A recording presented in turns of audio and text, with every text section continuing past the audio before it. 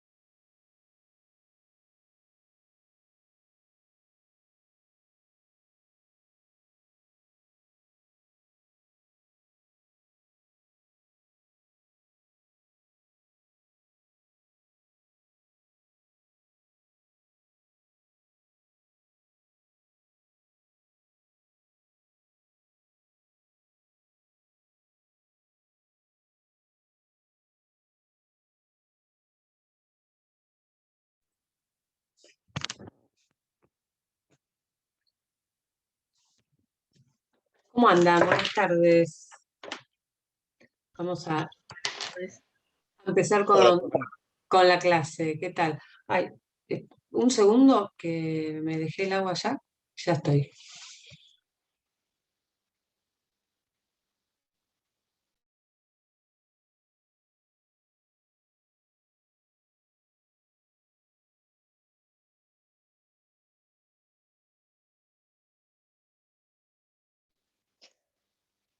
profe, ¿le puedo hacer una pregunta que Sí, claro. me surgió una duda estudiando? Dime. Eh, en cuanto al fuero de atracción y de acumulación de acumulación y conexidad, ¿verdad? ¿Se llama? Fuero de atracción. De atracción y conexidad. Una Eh, cosa es el fuero de atracción y otra es la sí. conexidad y otra la Y acumulación, acumulación. conexidad y acumulación. Sí. En, en el fuero de atracción, todos los asuntos que versan sobre un mismo patrimonio se deben tramitar ante un mismo juez, ¿verdad? Los procesos universales son los que tramitan, que tienen por objeto la totalidad del patrimonio de una persona. Ese es un Como una proceso sucesión a título universal, universal. como la sucesión o como los concursos y las quiebras. Eso tramitan ante el juez que corresponda que sea competente.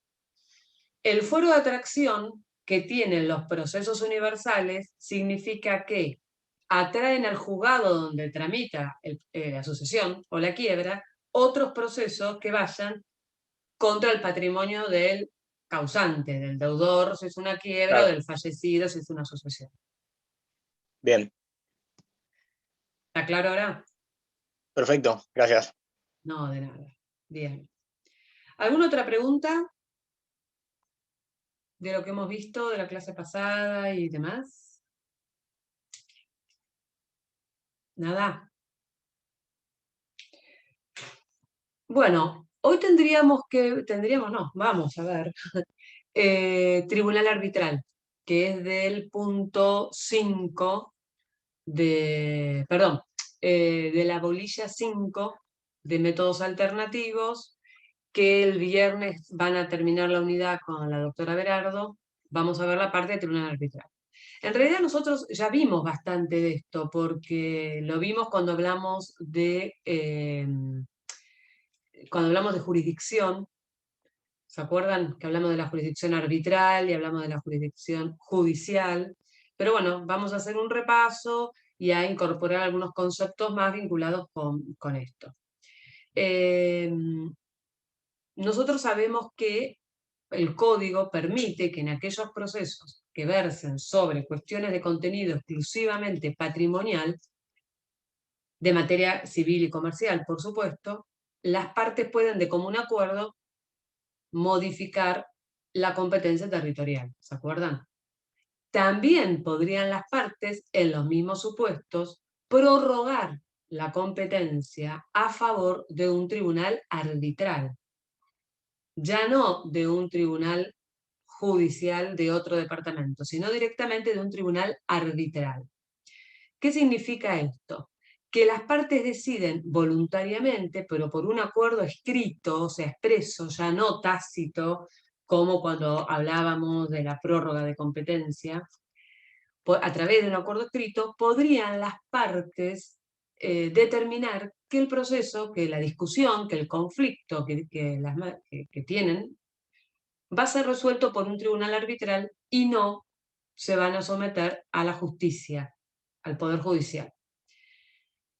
Como dijimos, esto tiene que ser un acuerdo escrito. Este acuerdo escrito entonces puede surgir de una cláusula de un contrato o de un convenio, que es lo que se llama cláusula compromisoria.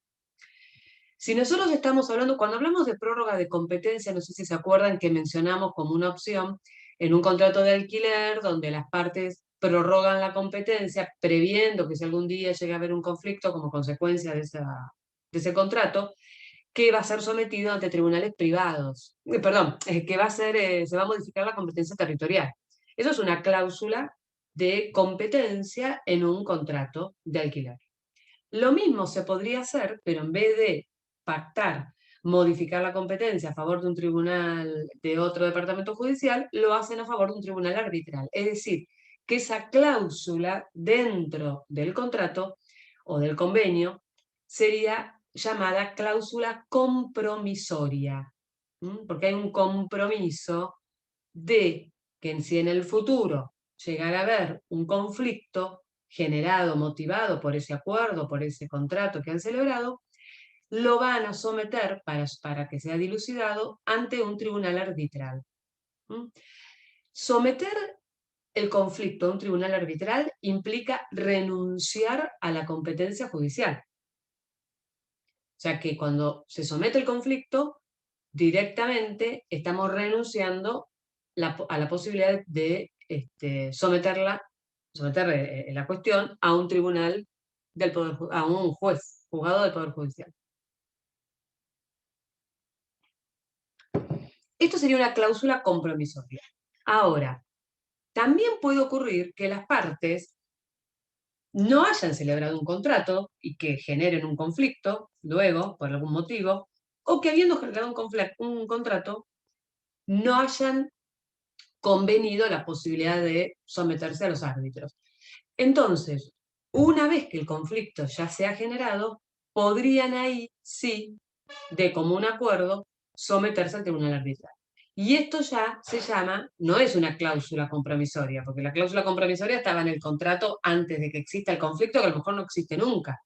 Acá ya ante el conflicto existente se suscribe el compromiso arbitral, que sería un convenio, un acuerdo celebrado entre dos personas, donde resuelven que el conflicto que se ha suscitado va a ser resuelto por un tribunal arbitral y que renuncian a la competencia judicial. O sea que la finalidad es bastante similar.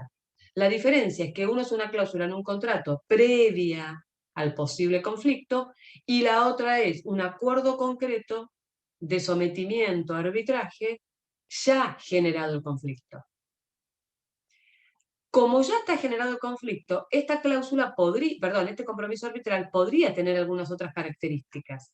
Por ejemplo, podría determinar cuáles son los hechos o los hechos controvertidos, podrían determinar cuáles son las pretensiones en conflicto, o también podrían determinar condiciones, características y formas de realizar el trámite que va a tener el tribunal arbitral. Que esto último también podría estar en la cláusula compromisoria.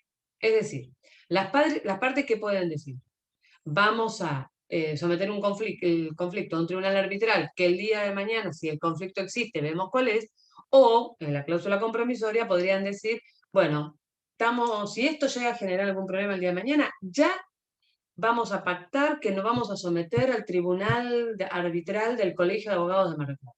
Entonces ya de esa manera están generando el conflicto, están previendo la solución del conflicto, si existiera, del eventual conflicto ante un tribunal arbitral, están diciendo cuál es el tribunal arbitral, que ya está formado, que ya existe, con independencia de la relación jurídica de las partes, y además están aceptando que se someten al reglamento interno de ese tribunal arbitral. ¿Está claro? Entonces, el día que empieza el conflicto, si no lo pueden solucionar de una manera extrajudicial, alguno de ellos iniciará la demanda en el Tribunal Arbitral del Colegio de Abogados. ¿Hasta ahí van entendiendo? Sí, perfecto. Buenísimo. Bien.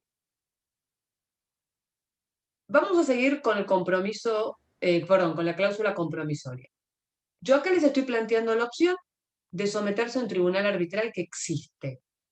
Pero también está la opción de someterse a un tribunal arbitral que se forme al solo efecto de resolver ese posible eventual conflicto. Es decir, podría ser un tribunal arbitral que no esté formado, que no exista materialmente, que no pertenezca a ninguna dependencia, a ninguna institución, y que el día de mañana se conforme para resolver ese conflicto. ¿Se acuerdan ustedes cómo se llaman ese tipo de tribunales donde justamente, exactamente, tribunal arbitral o tribunal en general ad hoc? ¿Por qué es ad hoc? Porque está conformado al solo efecto de resolver este conflicto. Entonces, ¿cómo podríamos formar un tribunal ad hoc? Bueno, en esa misma cláusula compromisoria las partes podrían decir ya quiénes van a ser los jueces o cómo se va a seleccionar con los árbitros, o podría no decir nada y se hace a través del compromiso arbitral una vez que se genera el conflicto. Entonces, forma de pactar el sometimiento a arbitraje, cláusula compromisoria de un contrato, de un convenio, generado antes de la existencia así del conflicto, sino cuando nace la relación jurídica entre las partes, o el compromiso arbitral que se va a generar una vez suscitado el conflicto. ¿Mm? El arbitraje al cual se someten las partes, o el tribunal arbitral al cual se someten las partes, puede estar creado anteriormente, o sea, que pertenece a una institución, como podría ser el tribunal arbitral del Colegio de Abogados, o podría ocurrir que el tribunal arbitral sea ad hoc, es decir, que se conforme al solo efecto de resolver el conflicto que las partes le plantean.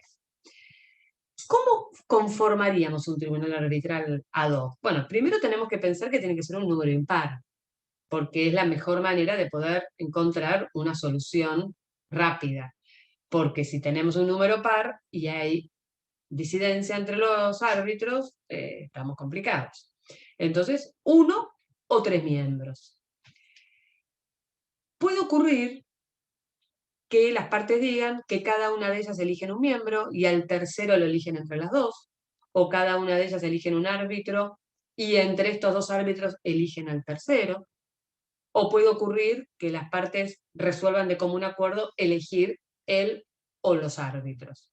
Eso es absolutamente libre, porque eso va a depender de la voluntad de las partes, no hay derechos indisponibles en juego, entonces queda el criterio de los sujetos. Por supuesto que es mucho más sencillo someterse a un tribunal arbitral que ya esté formado, porque si yo me someto a un tribunal arbitral, lo único que tengo que hacer es manifestar cuál va a ser y ni siquiera tengo que pensar cómo va a ser el procedimiento, o cómo se va a manejar, o quiénes van a ser los jueces, porque ya está formado y tiene su reglamento. El Tribunal Arbitral del Colegio de Abogados, del Departamento Judicial de Mar del Plata, es un tribunal que tiene muchísimos años, no sé cuántos, pero debe tener, se me ocurre, 25 años de existencia. Es un tribunal que fue en sus orígenes bastante innovador y fue muy reconocido en toda la provincia y fuera de la provincia de Buenos Aires, porque no había otros tribunales con una trascendencia importante, con jueces de alto prestigio y reconocimiento, o sea, árbitros, ¿no? Son elegidos los árbitros a través de un concurso y tienen un reglamento interno que determina todas las cuestiones procesales, es decir, el proceso, qué recaudo tiene que tener la demanda, cómo va a ser el procedimiento, cómo se va a notificar el traslado de la demanda, qué particularidad tiene el tribunal arbitral y forma parte también del porqué de la existencia de un tribunal arbitral y por qué las partes elegirían este y no el Poder Judicial.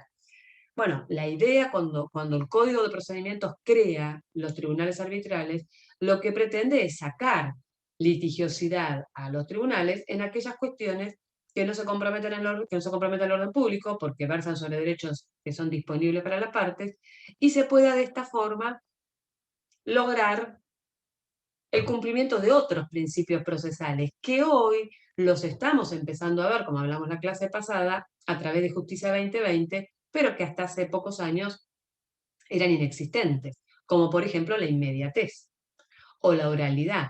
Y cuando hablamos de oralidad no nos estamos refiriendo que el proceso tenga que ser oral, sino que nos estamos refiriendo a que va a haber actos procesales de trascendencia que van a ser orales, en los cuales va a estar el juez presente, porque va a haber un principio, lo que se denomina el principio de inmediatez.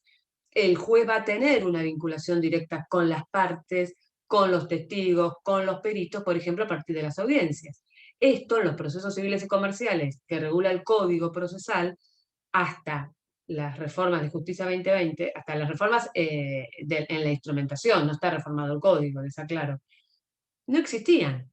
No había posibilidad. Tomaba la audiencia testimonial cualquier persona, cualquier empleado, ¿no? De tribunales, no cualquier persona, cualquier empleado del juzgado, hacía una descripción o transcribía lo que le parecía, no es ¿qué les parece a ustedes? Ustedes me escuchan a mí hablar. Yo les puedo transmitir emociones a través de la forma en que hablo, del tono de voz, si miro la cámara, bueno, acá mirar a la cámara a veces es raro porque las miro los videos y no miro la cámara, pero si estuviéramos en forma de presencia física, ¿es lo mismo eso o que alguien les cuente lo que tomó nota mientras yo hablaba? O sea, ustedes como alumnos saben que si están presentes en una clase y escuchan y se concentran y se conectan con el expositor, van a tener una mejor recepción que si leen lo que transcribió otra persona que estuvo presente, ¿o no? Lo mismo pasa con los jueces. Por más que el empleado diga, a ver un segundito que no terminé de transcribir, y transcriba, la realidad es que en las audiencias que tomaban empleados que ni siquiera estaban capacitados para ello, sino que lo iban que a lo mejor no eran abogados, en general no eran abogados, hasta a veces hacían una interpretación de lo que había querido decir el testigo, porque no podían transcribir todo. Y entonces no era una transcripción literal de la declaración. Y por más que fuera literal, no es lo mismo escuchar la letra muerta que tener el contacto personal con las partes. Incluso hoy, que se hacen las audiencias, o muchas audiencias se hacen de forma remota, o sea, como estamos dando nosotros la clase acá, o sea, a través, obviamente por la pandemia. Esto genera igual un vínculo y una conexión y una posibilidad de preguntar del juez, de inmiscuirse, por supuesto, tener antes estudiado el tema y recabar la información que necesita para esclarecer cómo fueron los hechos. Esto es el principio de oralidad. Y no significa que todo el procedimiento sea oral. Pero esto en los tribunales arbitrales se da desde su origen, por lo menos el del Colegio de Abogados, que como les dije tiene más de 20 años. Mientras que en el Poder Judicial se está dando a partir de Justicia 2020 en estos últimos años. Y en los procesos iniciados con posterioridad a la entrada en vigencia. Antes el juez no tenía realmente contacto con las partes, más que a través de la letra muerta de lo que hubiera tomado de declaración un empleado que con la mayor voluntad y capacitación que tenía, no es el que dicta la sentencia. Entonces, esta gran ventaja que tienen los tribunales arbitrales hace que muchas personas decidan someter el conflicto a estos, porque van a tener una mejor resolución de la contienda. Y además de este principio de inmediatez y de oralidad que rige en este tipo de procesos, también va a estar el principio de celeridad y por ende de economía procesal. ¿Por qué? Porque los procesos son muchísimo más rápidos. Cuando el juez, cuando el árbitro notifica la demanda al demandado, sí, Además del principio de inmediatez, entonces está el principio de celeridad, ¿dijiste? exactamente, Ok. exactamente. Bien, perfecto, gracias. A ver, un segundito, ¿eh?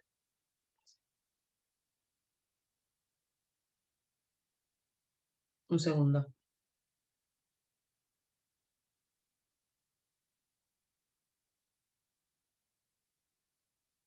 Lo que tenía una llamada del estudio. Entonces, ¿qué ocurre? Se inicia la demanda. El tribunal arbitral evalúa que realmente se den cuestiones fácticas que permitan que sean ellos, que sean competentes, determinan si están los requisitos formales y recaudos formales de la demanda, corren traslado, pero van a notificar al demandado con el traslado a una audiencia de conciliación. Entonces ya los jueces van a tratar, los árbitros, ¿no? Jueces árbitros, van a tratar que las partes lleguen a un acuerdo. Y si llegan a un acuerdo ya se terminó el conflicto. Y si no llegan a un acuerdo, en el mismo momento en que se frustra la audiencia, tendrán que contestar la demanda y ahí van a determinar cuáles son los hechos donde haya conflicto para ya fijar ordenar las pruebas y fijar las audiencias de prueba en su caso. Entonces, ¿qué ocurre? Que un proceso que en un juzgado civil y comercial normalmente demoraba 5 o 6 años, acá a lo mejor demora 8 meses. Entonces, la celeridad, como verán, es incomparable con lo que ocurre con los procesos civiles. que igual aclaro, con los de Justicia 2020, si bien los jueces están mucho más cargados de trabajo porque tienen una actuación mucho más presente en todo, y para tomar una audiencia tienen que tener el expediente estudiado, como charlamos la clase pasada, pero los procesos están siendo más rápidos, pero nunca van a tener la rapidez de un proceso arbitral. ¿Mm? Bien, entonces ahí tenemos una primera distinción. Cuando hablamos de los tribunales arbitrales, los institucionales y los tribunales ad hoc. El tribunal institucional, por ejemplo, del Colegio de Abogados, determina, entre otras de sus características, que la sentencia, que se llama laudo, o sea, lo que dictan los árbitros es un laudo, no, o sea, si las partes quieren, puede ser inapelable. Es decir, se puede renunciar a todos los recursos contra el laudo, salvo el recurso de aclaratoria, que en realidad es un recurso que resuelve el mismo tribunal que dictó la resolución y que tiene por fin aclarar un concepto oscuro, un error material o numérico, o subsanar una omisión. O el recurso de nulidad, que sería en el caso que haya sido nula la sentencia, porque carezca de firma, porque no hayan estado presentes o hayan emitido su voto todos los jueces que integraban el tribunal, etc. Entonces, salvo el recurso de nulidad y de aclaratoria, lo que dice el Código Procesal Civil y Comercial, que los demás recursos pueden ser renunciables. Entonces, ¿qué hace el Tribunal Arbitral del Colegio de Abogados en su reglamento interno? Dice que el laudo es inapelable. O sea que, salvo la nulidad y la aclaratoria, no se pueden interponer más recursos.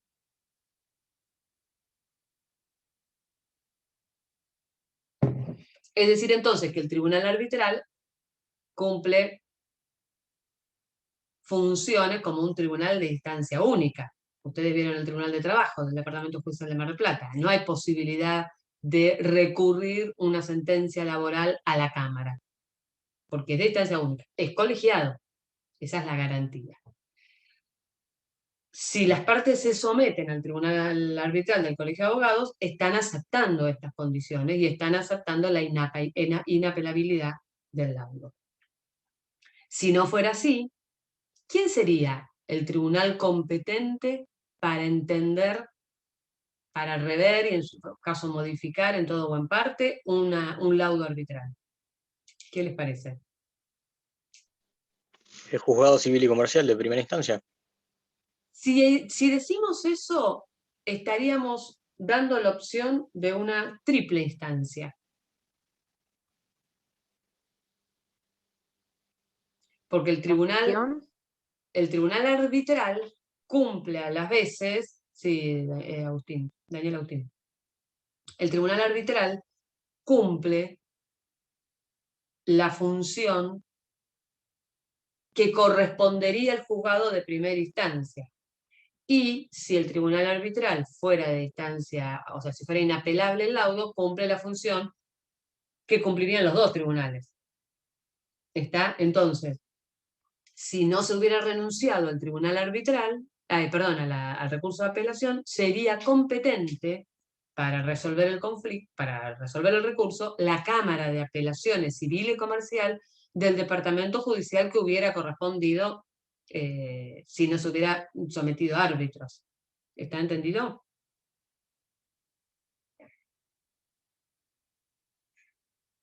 ¿Sí o no? Sí, se entiende. Perfecto, gracias. Bien. Entonces, me voy a poner auriculares. Entonces,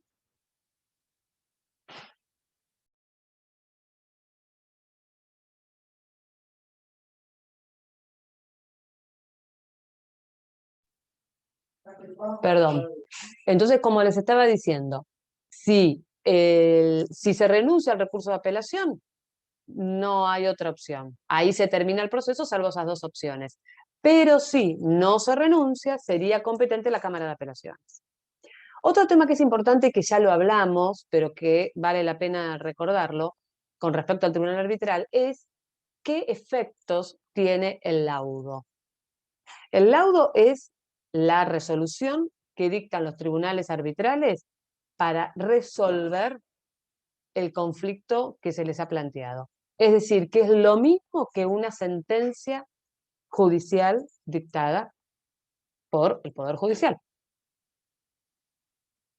O sea que podemos decir que el laudo y la sentencia serían lo mismo. Uno pertenece al Poder Judicial o es dictado por los jueces en el ejercicio de su función jurisdiccional y el otro es dictado por los árbitros en el ejercicio de su función jurisdiccional. ¿Hay diferencias entre uno y otro? Quiero que hablen ustedes un poquito. A ver qué tienen los demás para decir. No tienen diferencia. Claro, exactamente, Daniel, no es así. No tienen diferencia. El laudo tiene la misma fuerza ejecutoria, la misma que tiene la sentencia. Es lo mismo.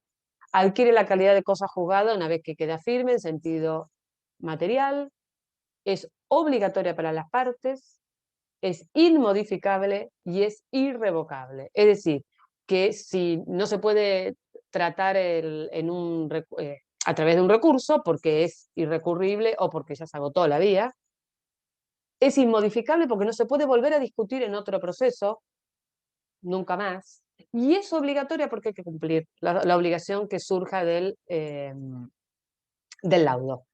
Si no se cumple voluntariamente, es decir, si el obligado no cumple, ahí entonces sí podrá la parte, el acreedor, ejecutar el laudo, porque el laudo sí tiene fuerza ejecutoria, pero ¿a dónde lo vamos a ejecutar? No ante el tribunal arbitral, porque acá, como dijo, lo leí y no me acuerdo quién fue que dijo, claro, como dijo Jacqueline, los árbitros no tienen executio, exactamente, no tienen imperium, no tienen la posibilidad de lograr el cumplimiento forzado de una sentencia ni de ninguna decisión que hayan tomado ellos o que provenga de otro título. Acá entonces tendremos que iniciar un juicio de ejecución de sentencia ante el juzgado civil y comercial que hubiera sido competente si no nos hubiéramos sometido a arbitraje. ¿Está claro? Pero es muy importante que recuerden, tribunal arbitral dicta laudos que tienen los mismos efectos que la sentencia. Vamos a ver más adelante, cuando hablemos de los procesos de ejecución de sentencia, que la ejecución de sentencia dice que se va a poder lograr el cumplimiento forzado de una obligación de dar, hacer o no hacer, que surge de una sentencia dictada por jueces o árbitros. O sea que es equiparable, absolutamente.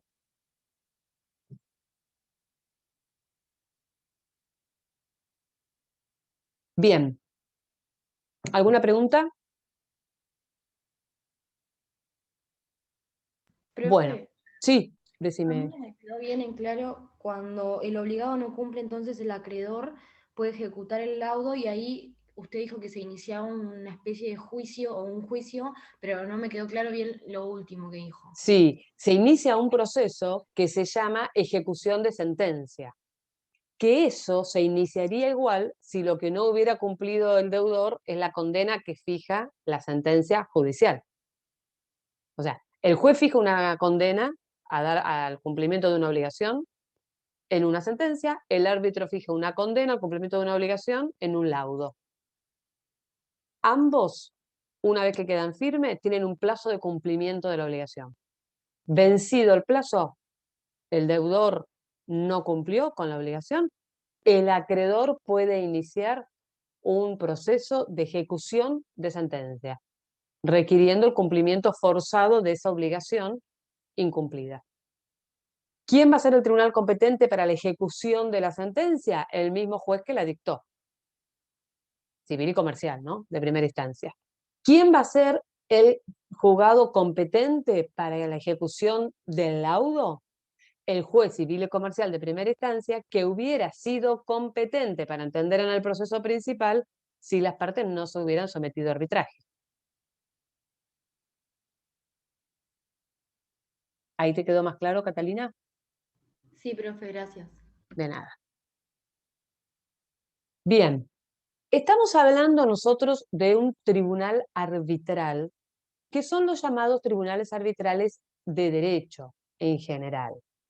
Porque vamos a ver que dentro de los tribunales arbitrales encontramos de derecho o de equidad. Los tribunales arbitrales de derecho son aquellos que los árbitros deben ser abogados sí o sí. ¿Por qué? Porque tienen que seguir normas procesales específicas, que normalmente las normas procesales que están determinadas, obviamente en el código, remiten a los procesos de conocimiento, ordinario o sumario, pero donde va a haber plazos, donde va a haber cumplimientos de obligaciones, donde va a haber cargas procesales, donde va a haber cuestiones y actos similares a los que nosotros vamos a ver en los procesos civiles y comerciales. Entonces, este tipo de procedimiento que tiene sus particularidades y que tiene sus características tan específicas, no puede ser manejado por alguien que no sea abogado. Tiene que ser alguien que conozca el derecho. Pero además de tener que seguir las normas procesales, también el árbitro va a tener que fundar el laudo en derecho. Es decir, que va a valorar la prueba, va a determinar cómo fueron los hechos, si es que hubo controversia en los hechos, entonces, bueno, a través de la valoración de la prueba dirá cómo fueron la prueba, y luego sobre los hechos que están acreditados o que se ha acordado como han sido, se aplica el derecho. Es decir, que el laudo tiene fundamentación jurídica al igual que una sentencia. Por ende, los árbitros deben ser abogados. Este es el Tribunal Arbitral de Derecho, que es en realidad el Tribunal Arbitral propiamente dicha, o los árbitros propiamente dichos.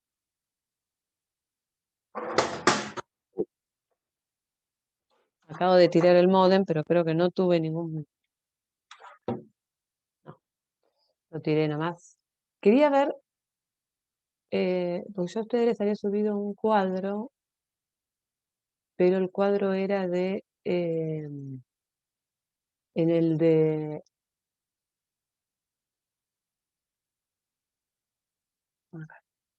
En el de jurisdicción, ahí tenían cosas vinculadas con...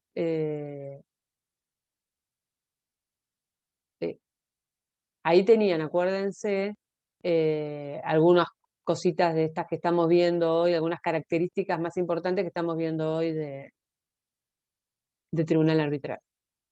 Bien, ¿y qué es un tribunal de equidad? Bueno, el tribunal de equidad es aquel que los árbitros pueden o no ser abogados, no se necesita que sean abogados, pero que van a fundar su laudo ya no en el derecho, sino justamente en la equidad. O sea, van a tener que buscar una solución que sea equitativa para las partes, una manera de resolver el conflicto de forma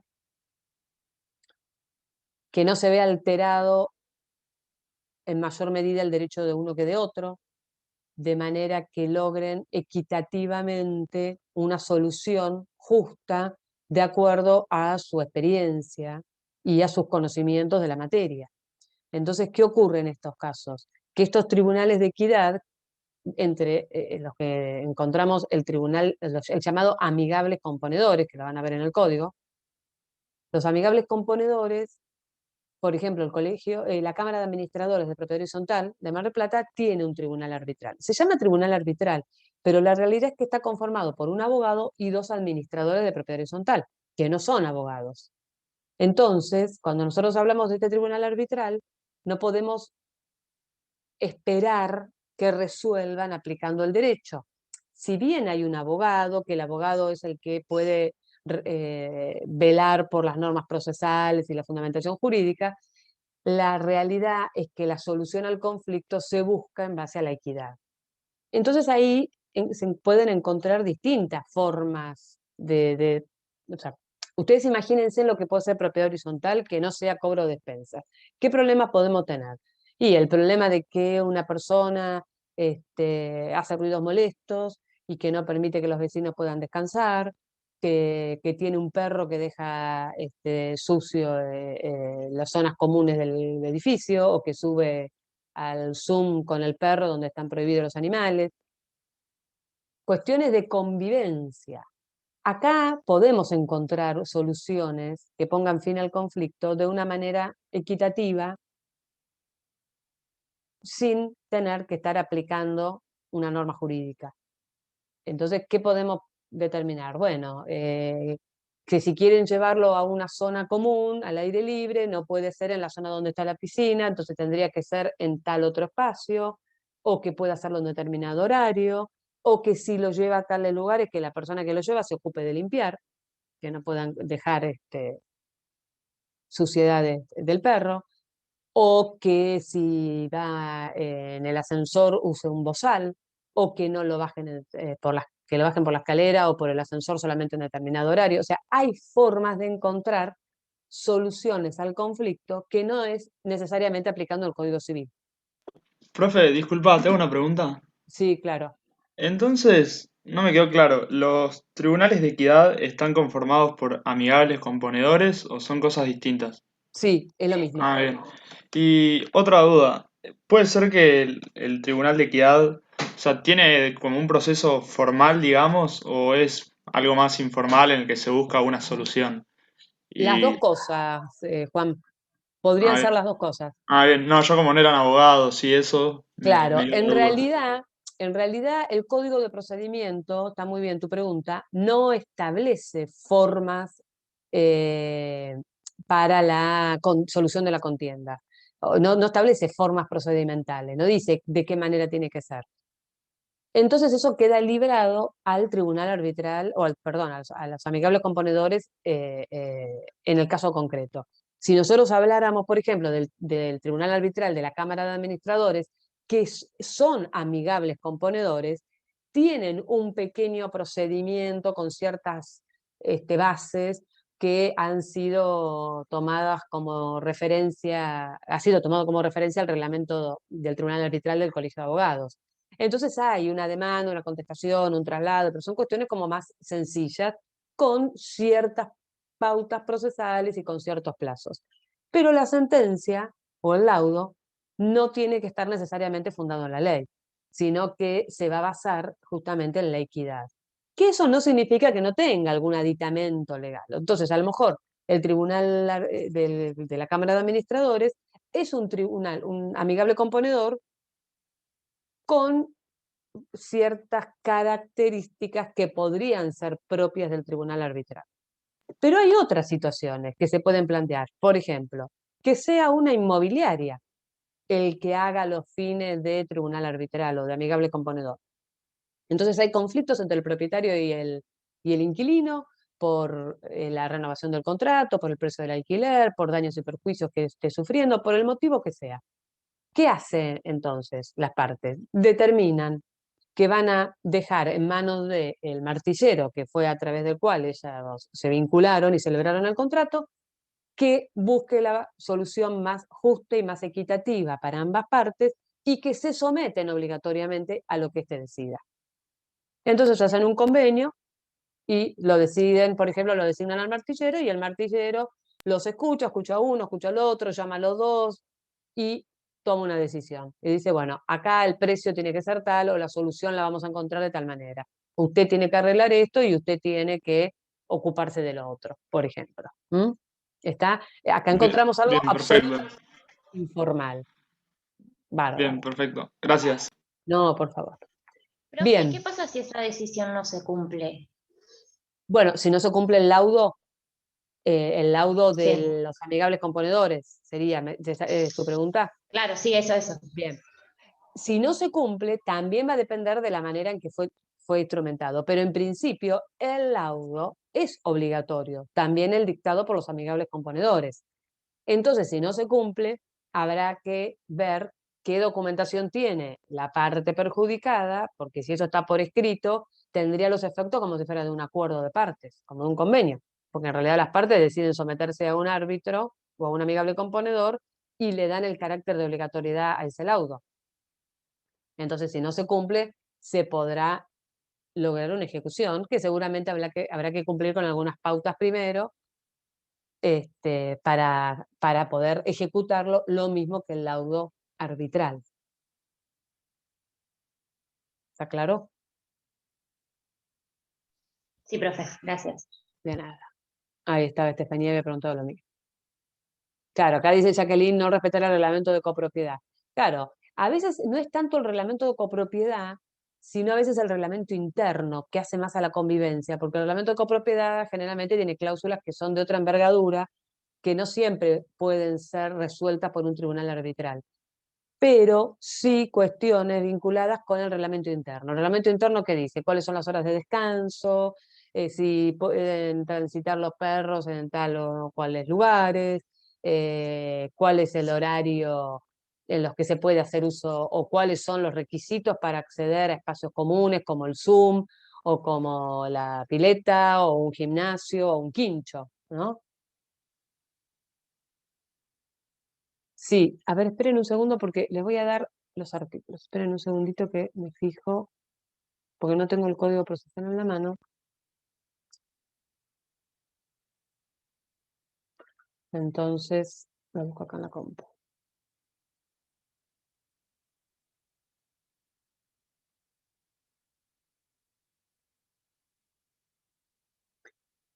Bien, el tribunal arbitral está a partir del 500... Esperen, bueno, los artículos, ya les digo, como 700 y algo. No, aparte está buena que me digan porque así también vemos cuáles son los más importantes.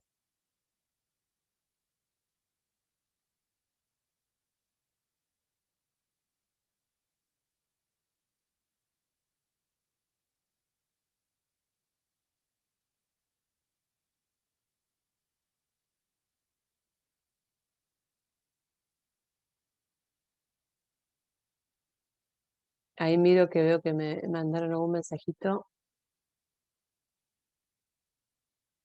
pero acá está. A partir del artículo 774.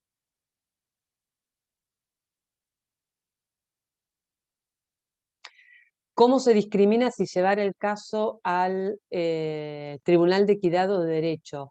En realidad esa es una decisión de las partes. Los amigables componedores, sí, que acá no sé quién puso componedores. Los amigables componedores, a ver, las partes son las que se someten voluntariamente al tribunal arbitral. Entonces son las partes las que van a decidir, ahora les digo igual qué artículo me interesa especialmente que estudien. Entonces las partes van a decidir si es un amigable componedor o es un tribunal arbitral, que sería una primera división, es decir, si va a ser un tribunal de derecho o un tribunal de equidad. Y después lo van a decidir si es un tribunal ad hoc o es un tribunal que ya existe, un tribunal institucionalizado. Esas son decisiones de las partes, porque si las partes no se sometieran voluntariamente a esto, tendrían que acceder a la justicia, al Poder Judicial. Hay algunos reglamentos de copropiedad, por ejemplo, que establecen que en caso de conflicto se va a suscitar, por vinculados con cuestiones de vecindad y demás, se va a resolver o va a ser competente para entender el tribunal arbitral. Que yo justamente en una formación que había hecho en el tema,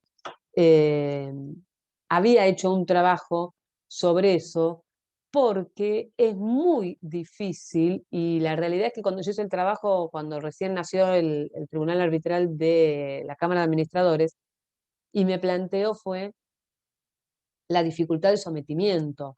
Las partes en general en propiedad horizontal, eh, les digo porque trabajo mucho, estoy muy especializada en ese tema, por eso lo conozco bien en detalle. Pero las partes, cuando tienen este tipo de problemas, ¿qué pasa? Se odian, entonces te dicen, no, porque la del tercero pone la música, no, porque viene el novio y se va a cualquier hora y el portero chumea qué hora vino, cómo llegó vestido a la mañana y todo ese tipo de cosas de comunidad del Chavo del Ocho, más o menos, de serie mexicana, no sé si la conocen, porque es más vieja que Tribunal Arbitral. Pero pero empiezan con todo ese tipo de discusiones que son muy graciosos y que la realidad es que esa gente lo que quiere no es solucionar el conflicto, quiere que el otro se vaya del edificio y eso no lo va a conseguir, no lo va a conseguir.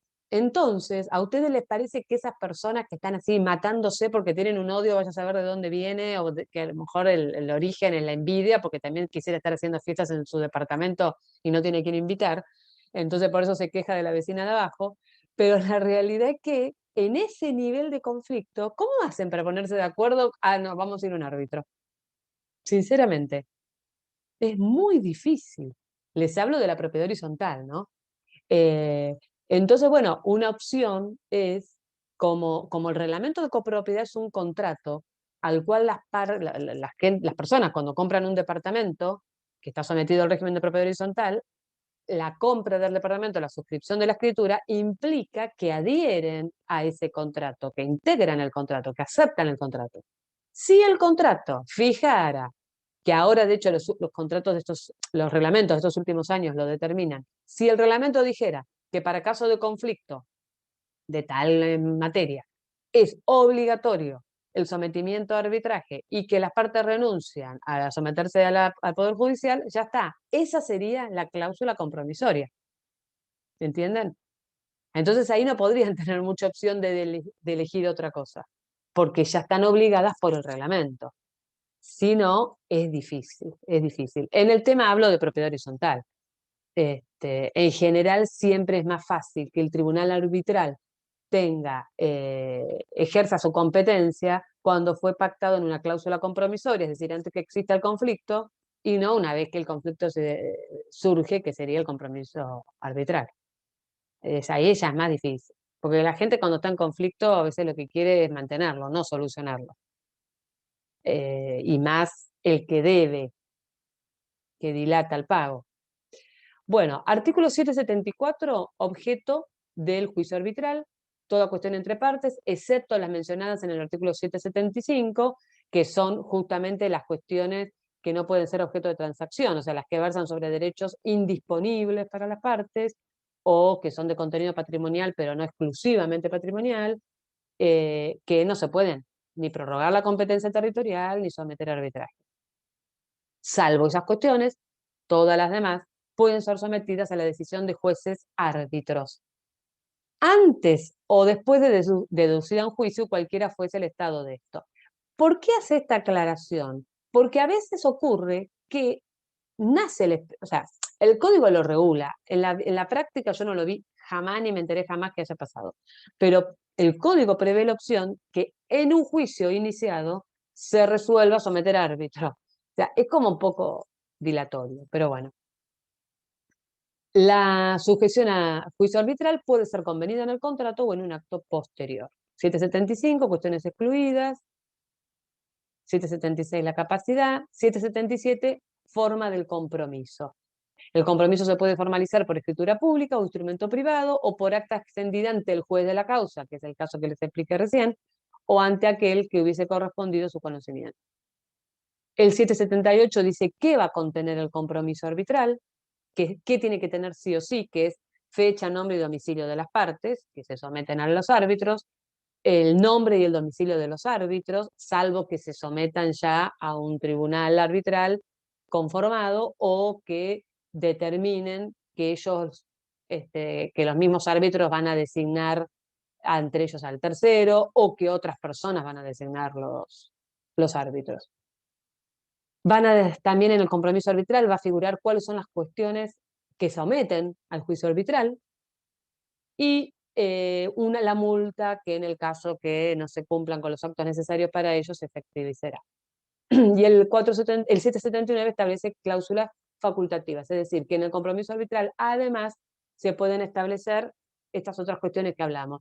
Puede decirse cómo va a ser el procedimiento, qué plazo tienen los árbitros para dictar el laudo, si van a elegir un secretario o no, etc. Si renuncian al recurso de apelación o al de nulidad en el caso que no se sometan a un tribunal ya institucionalizado. Bien. El 780 habla de la demanda, 781, nombramiento de árbitros.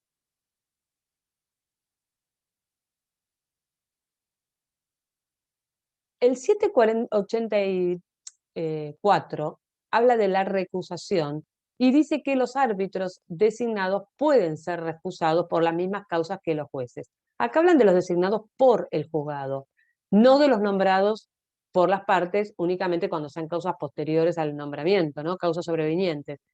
Pero en realidad, ustedes que ya vieron recusación, lo importante acá, que no está específicamente aclarado, pero que es importante, es que si se someten a un tribunal institucionalizado, es decir, que ya está conformado, podría ocurrir que se pueda recusar también a uno de sus miembros, porque yo me someto a un tribunal que está conformado por 3 miembros, pero que hay 6 jueces, porque hay 3 titulares y 3 suplentes. Entonces se va a conformar con el que no haya sido objeto de recusación.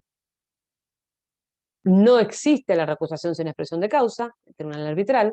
Tiene ya otro ejemplo más para agregar a las opciones de recusación sin causa. Bien, y después de acá lo que me interesa, ya les digo, el 789. Si en la cláusula compromisoria, en el compromiso arbitral o en algún acto posterior, las partes no fijaron el procedimiento, ni tampoco se sometieron a un tribunal arbitral ya constituido que tenga, como les dije hoy, el del Colegio de Abogados, un reglamento, los árbitros van a hacer uso de o sea, van a aplicar el trámite del proceso ordinario o sumario según la cuestión. Bien, artículo 791. Los árbitros no podrán decretar medidas compulsorias ni de ejecución. Deben requerirlas al juez y éste deberá prestar el auxilio de su jurisdicción para la más rápida y eficaz sustanciación del proceso arbitral. El 792, el contenido del laudo.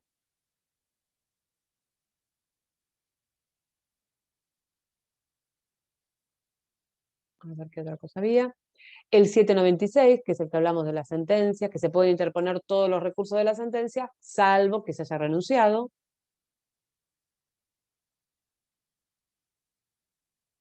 Va a ser competente, como les dije, el tribunal, si no se hubiera renunciado, el tribunal que fuera competente como tribunal de alzada si la sentencia la dictara un juez civil de primera instancia.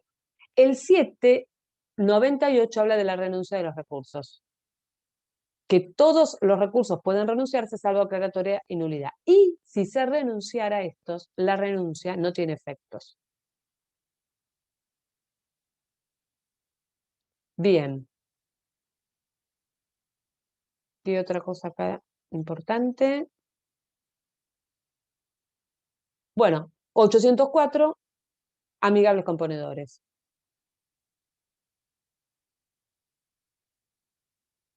Si nada se hubiese estipulado en el compromiso acerca de si el arbitraje ha de ser de derecho o de amigables componedores, o si se hubiese autorizado a los árbitros a decidir la controversia según la equidad, se entenderá que es de amigables componedores. Esto sería un poco contestando tu pregunta, que no me acuerdo ahora si había sido... ¿quién me preguntó eso? ¿La mía decís? No, creo que había habido... Ay, compartiendo pantalla. No, creo que había sido una chica que me había preguntado... Yo creo que fui, profe. ¿Qué me habías dicho? Sí, Catalina, ¿no? ¿Fue? Que me habías preguntado cómo corresponde o cómo se determina que sea uno u otro. Si no estuviera determinado, este sería el artículo aplicable. ¿Mm? El 804. Bien. Los amigables componedores solamente pueden ser recusados por causas posteriores al nombramiento, pero acá vuelve lo mismo. Si es un tribunal arbitral, perdón, de amigables componedores institucional, o sea que ya está formado, ya ahí sería distinto. Pero en este caso, la diferencia ¿cuál es? Que la misma institución que crea el tribunal arbitral va a determinar quiénes, o sea, va a nombrar suplentes, va a haber un listado de titulares, iba a haber un listado de suplentes para cubrir en el caso de una recusación o excusación, o impedimento, suplencia, o lo que sea, o imposibilidad física de actuar. El laudo no es recurrible, y acá se establece un pequeño procedimiento que presentada la demanda, el juez la traslada a las partes por 5 días, vencido este plazo, se resuelve.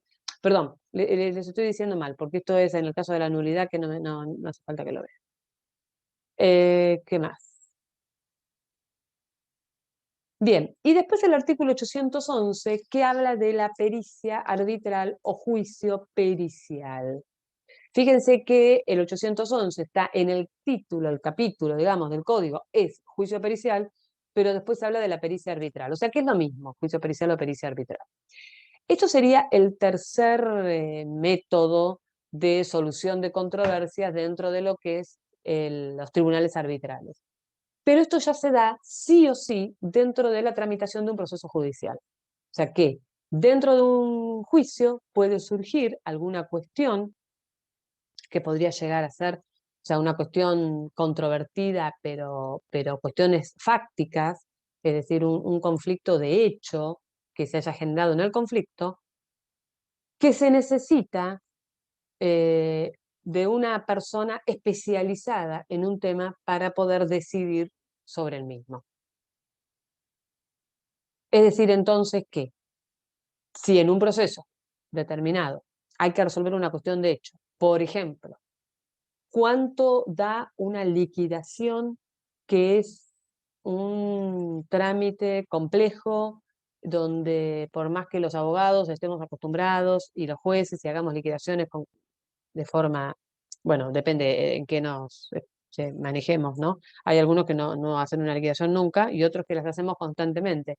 Pero una cosa es hacer una liquidación medianamente sencilla, aplicando un interés punitorio, pagos parciales y demás, y otra cosa es hacer una operación matemática compleja que requiere conocimientos contables previos.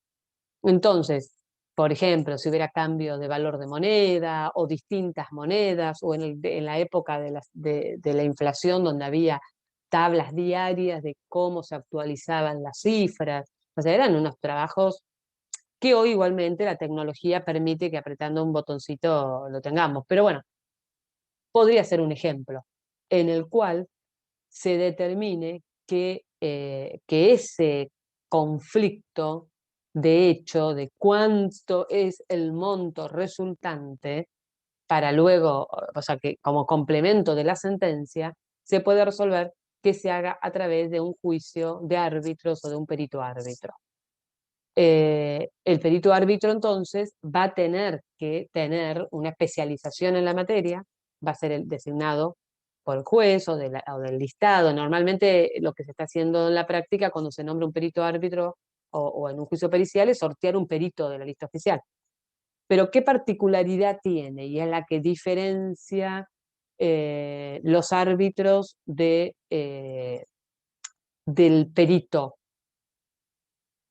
Que el perito es un auxiliar de justicia que se va a expedir sobre cuestiones vinculadas con su ciencia, ya sea contador, ingeniero mecánico, médico, calígrafo, se va a manifestar sobre determinadas cuestiones, pero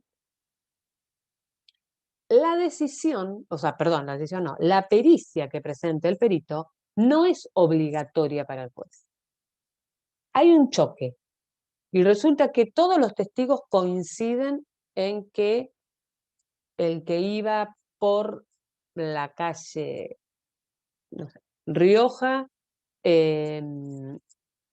aceleró cuando llegó a la Bocacalle. Todos dicen lo mismo, que venía a una velocidad normal y que cuando llegó a la Bocacalle aceleró. Y consideran que el que iba por Alvarado fue una víctima que estaba bien, manejando bien, y que más tenía el paso porque iba por la derecha. Eso lo dicen los testigos. Y la cámara, hay una cámara, en ese lugar no hay una cámara, pero vamos a pensar que fuera en un lugar que hay una cámara, y en la cámara se obtienen las grabaciones, y en las grabaciones el juez ve que realmente ocurrió esto. O sea que todos los medios de prueba indicarían que el que iba por la calle Rioja es el responsable del accidente, es el que lo generó porque no respetó la prioridad de paso y además aceleró en la boca calle. Y sin embargo el perito ingeniero mecánico con su dictamen dice que él claramente aminoró la velocidad y que iba a una velocidad baja y que ya había cruzado la mitad y por lo tanto la prioridad de paso no correspondía en ese caso. Entonces, si no existieran los testigos o si no existiera la cámara y dijeran los testigos una cosa y el perito otra, el juez podría mantenerse y considerar que el hecho quedó probado como dijo el perito, o bien podría apartarse. Pero si ya todas las pruebas redundan en lo mismo y el que estaría en disconformidad nada más que el perito, seguramente que el juez se va a apartar del dictamen pericial, que normalmente nunca lo hacen. Pero para apartarse tendrá que dar los justificativos. Entonces, ¿qué va a decir? Todos los testigos coincidieron en algo que después fue corroborado al poder obtener de la municipalidad las cámaras. O que justo había una casa que filmaba la esquina y salió filmado, no importa, el motivo que sea. El juez, dando los fundamentos, se aparta de lo que dice el perito. Porque si bien el perito es un especialista, un técnico en una ciencia, va a asesorar al juez, pero no hay obligatoriedad del juez en aceptar lo que el perito dijo.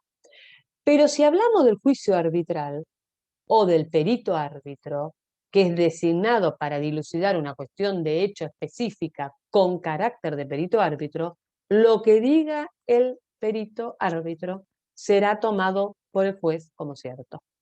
Ya no se puede apartar de ahí. O sea, una cosa es la prueba pericial y otra cosa es el perito árbitro. Ambas están en manos de profesionales y se expiden sobre cuestiones fácticas, cuestiones de hecho, que son pedidas por el juez u ofrecidas por las partes. Lo que diga el perito como profesional, puede el juez no tenerlo en cuenta en la medida que dé los fundamentos y razones por los cuales aparta. Lo que diga el perito árbitro es inamovible. Él se va a expedir y se va a aclarar la cuestión. Profesora, le hago una consulta. Dime. Y si el juez tiene dudas sobre el informe que le suministra el perito, ¿puede solicitar otro peritaje?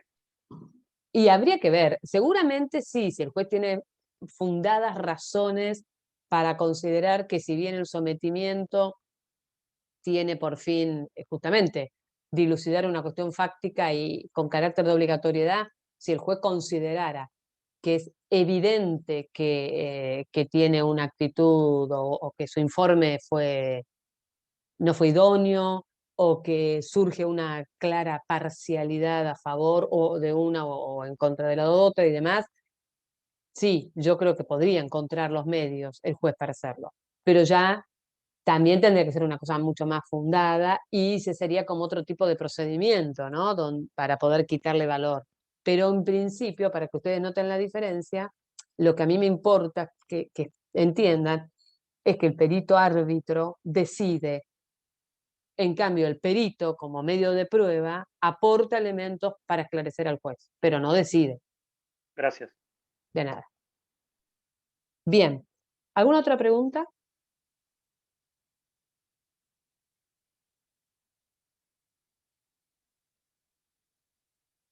¿Nada?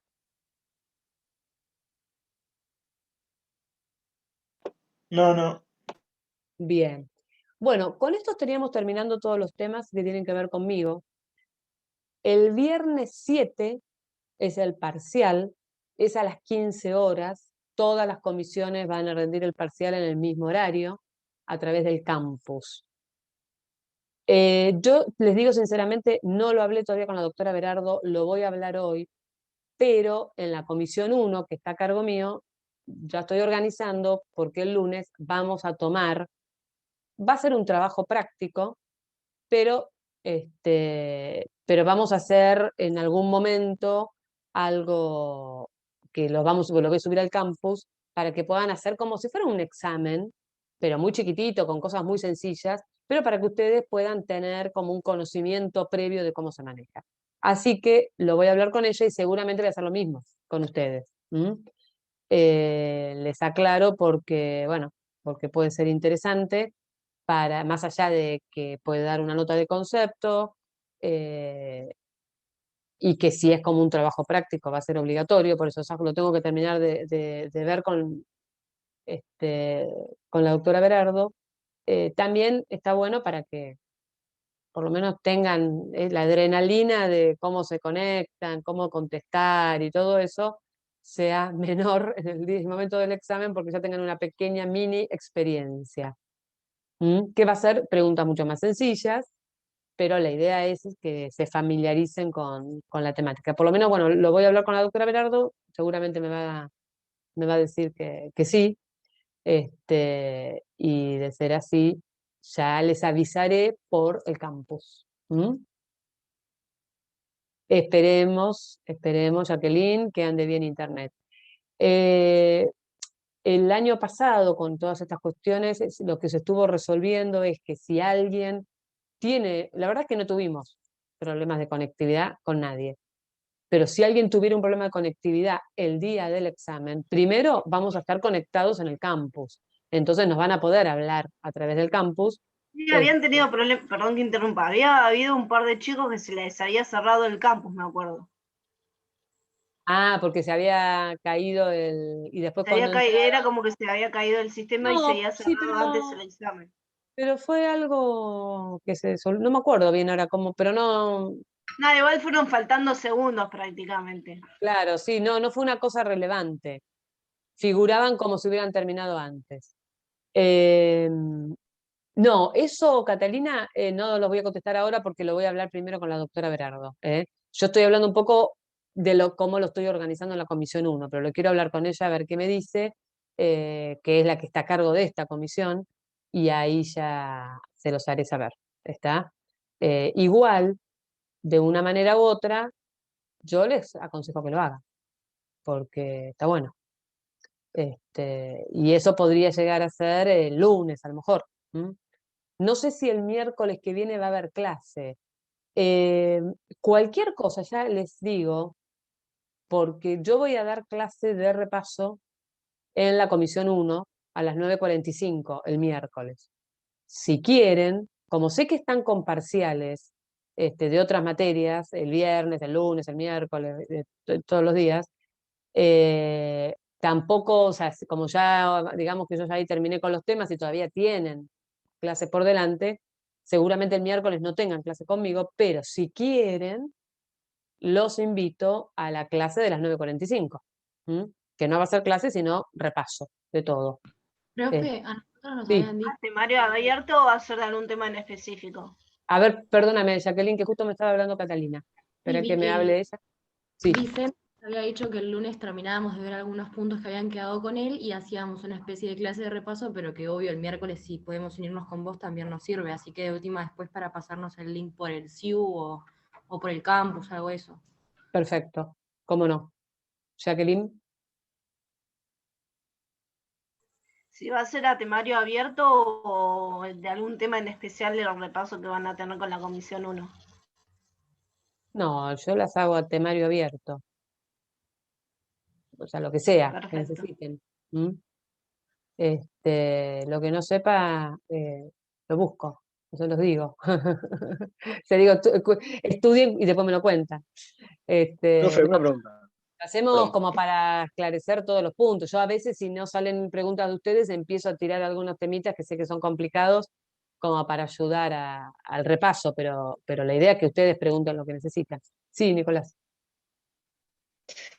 El tema de tribunal arbitral y amigables componedores, ¿basta con que lo estudiemos del código o sería incompleto? Bien, gracias porque me estaba olvidando algo. Yo les voy a subir material. Les voy a subir material para poder estudiar. Les indiqué, no va a exceder, porque en realidad lo que nosotros vimos del código es lo que fija el código procesal, pero lo que yo les di es más de lo que fija el código. Así que les voy a subir que, si no recuerdo mal, sí, creo que yo ya lo tengo de Gossaini, hay un artículo del Tribunal Arbitral, y sí, les voy a subir algo de material. Y les voy a subir el reglamento interno del del Colegio de Abogados, del Tribunal Arbitral del Colegio de Abogados, que no es que tienen que estudiarse el reglamento interno, pero como para poder rever algunas de las cositas que estuvimos viendo, les va a resultar muy útil.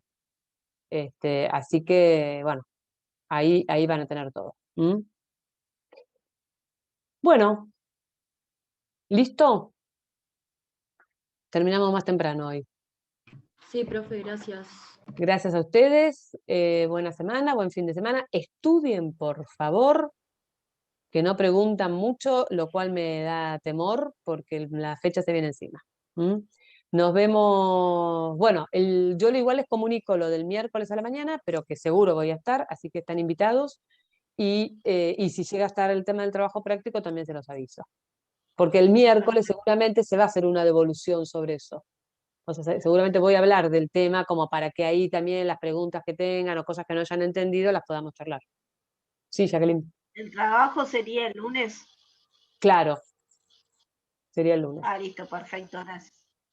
No sé en qué horario, porque yo les voy se los voy a subir para que tengan un determinado horario, seguramente. Pero bueno, yo lo hablo con Berardo y les prometo que el fin de semana, gracias Pilar, o el viernes cuando ella da la clase a lo mejor ya les explica, o después de la clase yo ya les subo la información. Bueno, Perfecto, gracias. Buen fin de gracias a ustedes, Gracias. igualmente. Chao a todos.